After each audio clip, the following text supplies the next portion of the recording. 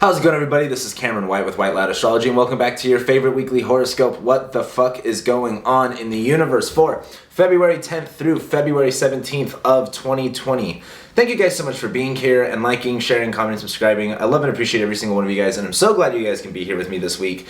This week, we don't see too much going on, but that might be a sigh of relief for a lot of you because there has been a lot going on, especially last week when we had Venus entering Aries, Mercury moving into Pisces, the full moon in Leo. This week, not too much happens. Once we get towards the end of the weekend and into next week is when we're going to see Mars move into Capricorn and Mercury station retrograde, which those are going to be definitely highlights that we talk about next week, and we'll definitely be talking about Mars and Capricorn by the end. But what I really want to say with this week being so not so intense as we've been experiencing it, this might be a good week to kind of, get your feet planted where you need to, tie up loose ends if you have any. This might be a really good week to just explore how you feel, because getting off this full moon in Leo, having us kind of be able to realize and kind of see how we feel and know where we, need to strive to have more confidence, strive to feel more validated and more seen. The moon transiting through Virgo, Libra, Scorpio, Sagittarius this week kind of offers a dynamic range of emotions to kind of explore. So I think this is going to be an exciting week to kind of really look at in depth the way that you feel and not, have to worry about what's going on around you. However, then by the time we get into the end of this weekend with Mars entering Capricorn, the whole mood shifts and the whole attitude completely changes, because as Mars moves into Capricorn, that's where you're really going to start seeing a lot of the Saturn Pluto stuff amp up. Whatever Saturn Pluto, whatever Capricorn rules in your chart, you're going to be really energizing this area. That we have Jupiter, Mars, Saturn, Pluto, you can't, there's a lot of planets all in one sign. So we'll talk about that as we move on. So with that being said, let's go ahead and jump into the horoscope. So as we start the week on Monday on the 10th, that's when we're going to be having that moon in Virgo make that opposition to Mercury and then later on Neptune. And after just getting off that full moon in Leo, we're feeling confident, we're feeling brave, we're feeling, good. The moon in Virgo is going to want to compartmentalize that and want to detail it, write it all down, get everything clear. But as the moon makes that opposition to Mercury, when you kind of put ink to paper, the words may not exactly be coming out the way that you want them to. And with Mercury in Pisces, it's not necessarily it's a bad time to write or a bad time to conversate or talk or anything like that. It just makes the essence of communication not so much focused on the statement, but more focused on the meaning, or more focused on the image that statement creates. And that can get a little bit confusing, because when it comes to interpretations, one person can imagine one thing and another person can imagine another thing. And so while the moon's in Virgo making that opposition to Mercury in Pisces, this might be, a little bit more of a difficult time to get your ideas exactly the way that you want them. But this might be able to this might be a good time to kind of, at least still dream about your ideas, imagine them, and get what words and, be able to put ink to paper what you can. You don't have to do all of it right now. However, as the moon moves past Mercury and makes that opposition to Neptune, again, things can get a little bit unclear. Things can be, I do talk a lot of crap about Neptune, and I will give it the benefit of the doubt in this example. With Neptune and Pisces, it's so easy to fantasize about things and, how we think things should be, or how we want things to be. And as the moon's in Virgo kind of, calculating the results, kind of looking at Neptune going hey, this isn't living up to that dream almost in a sense. And that can look one or two ways. That can be really discouraging, when things aren't what you fantasize, or that can be very inspiring to want to, change your actions to fit and mold your results into, what it is that you're visualizing. And so as we start Monday off with this moon in Virgo, I think this is going to be a really, kind of unique time to kind of process how you're feeling and what your dreams are and what you're trying to visualize, and try to kind of connect the dots where you can when it comes to being able to visualize and then being able to plan and execute. That moon in Virgo is kind of wanting to get whatever it's kind of like if you ever have a dream. This is a really good analogy. This is why I'm kind of ripping on this. If you ever have a dream and you remember everything, but then you go to explain it and you can only remember sharp details, that's this moon in Virgo transit. It's going to be kind of weird, because it's you have it, what you want to create, but just the words aren't coming to you and you just can only remember specific details. So Monday's going to feel a little bit weird with that, but don't, give it some time. Monday, just do your thing on Monday and, you know, we'll live once we get to Tuesday. But then once we get to Tuesday on the 11th, that's where we're going to be having the moon apply to a trine with Saturn before it moves into Libra. And as the moon's trining Saturn while it's in Virgo, you know, this is kind of constructive. Again, this is kind of, Saturn's very realistic. Saturn's very much like, what's the reality of this situation? The moon in Virgo, you know, getting those specifics out of those dreams, it's like, okay, this is what was real, this is what was real, this is what was real, this is what is real. And this is going to kind of help you, especially from that trine, kind of be able to evaluate your situation of kind of like what is sturdy, what is like realistic, and what's kind of just a pipe dream.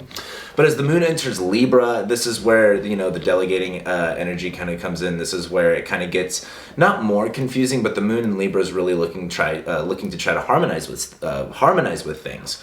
However, while the moon's in Libra juggling, it's going to eventually be making squares to, you know, Saturn, Pluto, Jupiter. And so as the moon's in Libra right now, starting on Tuesday, this might be a time to not necessarily act as much as you can and really weigh the scales, but kind of look at your situation and go, okay, where can I, again, find harmony where I can find harmony? It's not about going like, let me create it, but, you know, experience it where you can find it. And I say harmony because as we go into Wednesday, on the 12th is when we're going to be having the moon make that square to Jupiter in Capricorn, but also make an opposition to Venus now in Aries. And as the moon's in Libra, you know, being able to see both sides of the situation, making that opposition to Venus and Aries. Venus and Aries is kind of like, I want what I want. I want to, like, I'm going after the things that I desire. And the moon in Libra is kind of like, well, how can I be receptive of that? How can I be reflective of that? Because the moon is just a reflector, and the moon in Libra is looking to receive things. So when you have this moon make this opposition to Venus, how can you be receptive to the things that you're wanting to attract? Now, the one thing too is while the moon is squaring Jupiter and Venus starts making that square to Jupiter, this is where, you know, Jupiter wanting to be frugal. I talked about that last week, but Jupiter wanting to be, you know, have some type of plan, have some type of structure to what it believes or what it thinks.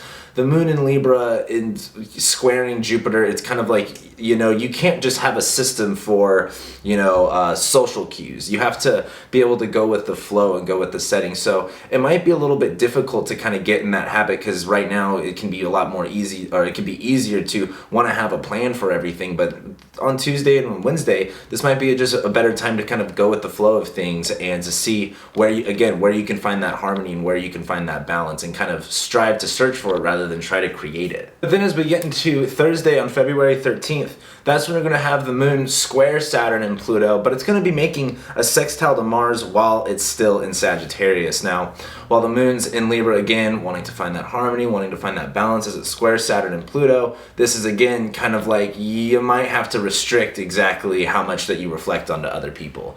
Venus in Aries is going to want to, you know, charge forth, and the moon in Libra may not be exactly receptive to that as it's squaring Saturn and Pluto. Saturn and Pluto is kind of saying, hey, you know, maybe like ease off the gas a little bit and pump the brakes. And the moon in Libra is kind of like, oh, well, I really want this, but I know I kind of should be focusing on this instead.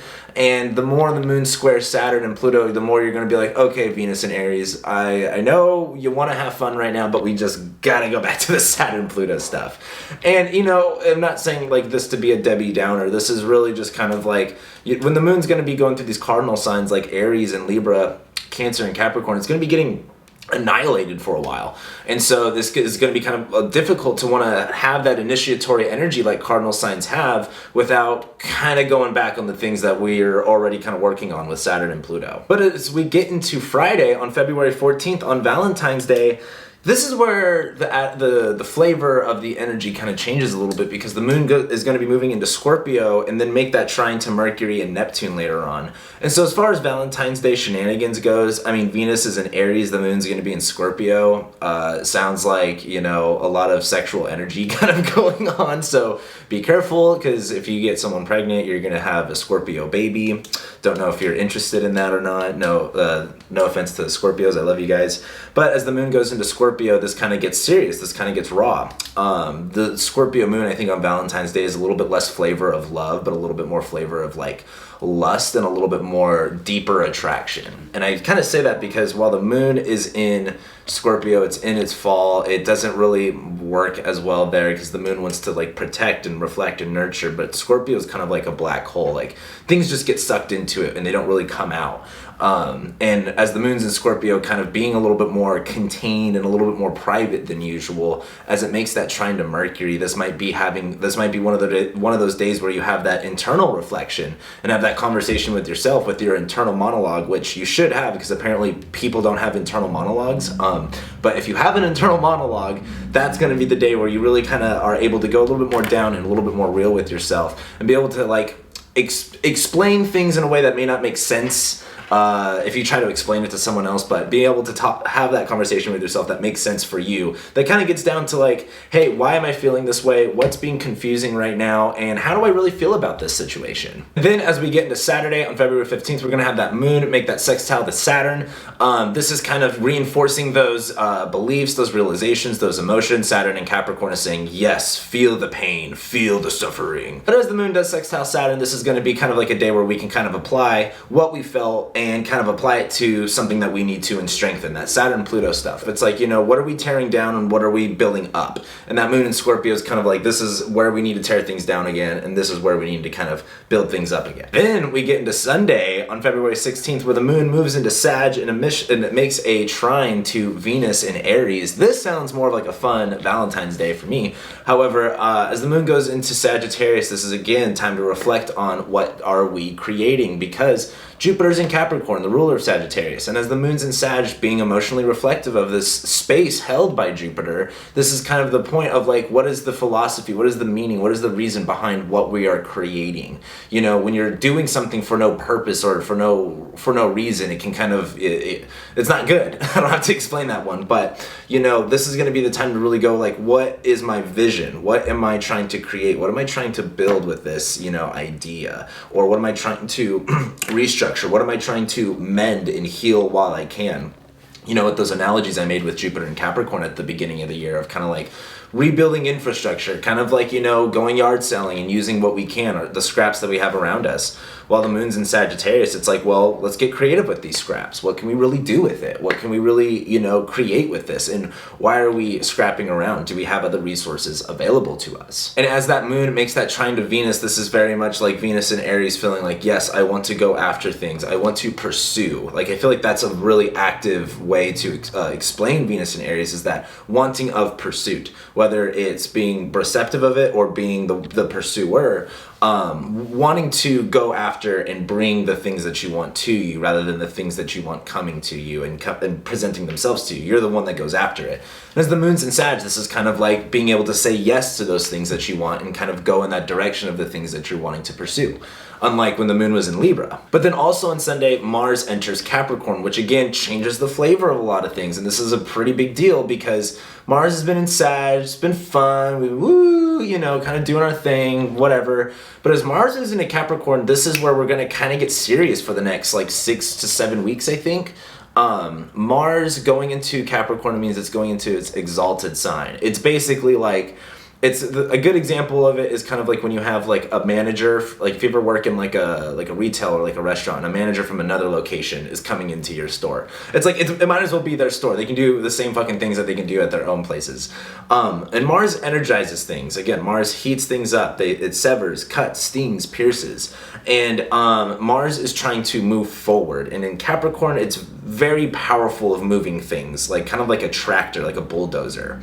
And as it goes through Capricorn, this is going to be intensifying wherever Saturn and Pluto's at in your chart. So when we're talking about the things that we're wanting to deconstruct and the things that we want to construct, this is the time where the heavy machinery kind of comes in and starts plowing through things. So, this is kind of going to be an interesting time to kind of go into, but just know whatever the Saturn Pluto stuff has been for you, we're going to start really focusing our energy on it and really start going at it. And of course, that all begins on Sunday, but then we go into next week, and again, like I said at the beginning of this video, Mercury stations retrograde next Monday, and also next Monday we have the Jupiter Neptune sextile beginning. So there's pretty big things going on next week. Mars moves into Capricorn, Mercury stations retrograde, we have the Jupiter Neptune sextile. Like, these are pretty big events that are going to kind of define the next, couple weeks here, so be prepared. So this week, like I said, feel what you feel, express what you feel, go through it, because as we go into next week, things are going to start changing. So, oh yeah, and what else is going on next week? I almost forgot to mention. We have Jupiter sextiling Neptune, we have the Sun moving into Pisces, we have the new Moon in Pisces, and we have Venus squaring Jupiter. So, like I said, the flavor really changes next week. So use this week to your advantage. Go through it, feel it, try to chill out, and then shit really starts hitting the fan, and we really get to start going after stuff, both in a good and a bad way, as we go into next week. So with that being said, thank you guys so much for being here. I love you guys very much, and I'll be seeing you next week.